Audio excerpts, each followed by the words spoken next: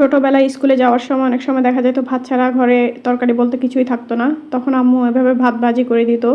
কাঁচামরিচ, পেঁয়াজ, টমেটো, তারপর হচ্ছে যে ডিম ভাজি, এগুলো সব কিছু দিয়ে একসাথে ভাজি করে দিত। আমরা ইয়াম্মি ইয়াম্মি করে খেতাম, এত বেশি মজা লাগতো। খেয়ে দিয়ে আমরা স্কুলে চলে যেতাম। তো আজকে দুপুরে আমরা শুধু ভর্তা দিয়ে ভাত খাইছি। তো এখন রাতের বেলা ভাত ছাড়া তরকারি বলতে কিছু নাই। তো চিন্তা করলাম যে সেই ছোটোবেলার মতো আম্মু যেভাবে ভাত ভাজি করতো ওভাবেই করি।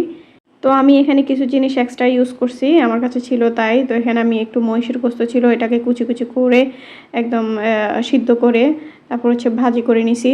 তারপর এখানে পেঁয়াজ কুচি, রসুন কুচি, গাজর কুচি, কাঁচামরিচ কুচি সবগুলো একসাথে দিয়ে সামান্য পরিমাণ লবণ, একটু টেস্টিং সল্ট, একটু গোস্তের মশলা, একটু সয়া সস, একটু টমেটো কেচাপ আর একটু লেবুর রস দিয়ে এটাকে ভালোভাবে ভেজে নিছি। তারপরে যে ভাতটুকু ছিল সেই ভাতগুলো আমি এখানে দিয়ে দিলাম। তারপর কিছু চিংড়ি মাছকে আমি খোসা ছাড়িয়ে একদম কুচি কুচি করে কেটে একটু লবণ দিয়ে ভেজে নিছি। এখানে ডিম ভাজি করে নিছি আগে থেকে, সবগুলো একসাথে দিয়ে তারপর এটাকে একটু আলতোভাবে নেড়ে চেড়ে মিক্স করে নিছি। তো রেডি হয়ে গেল আমার ভাত ভাজি।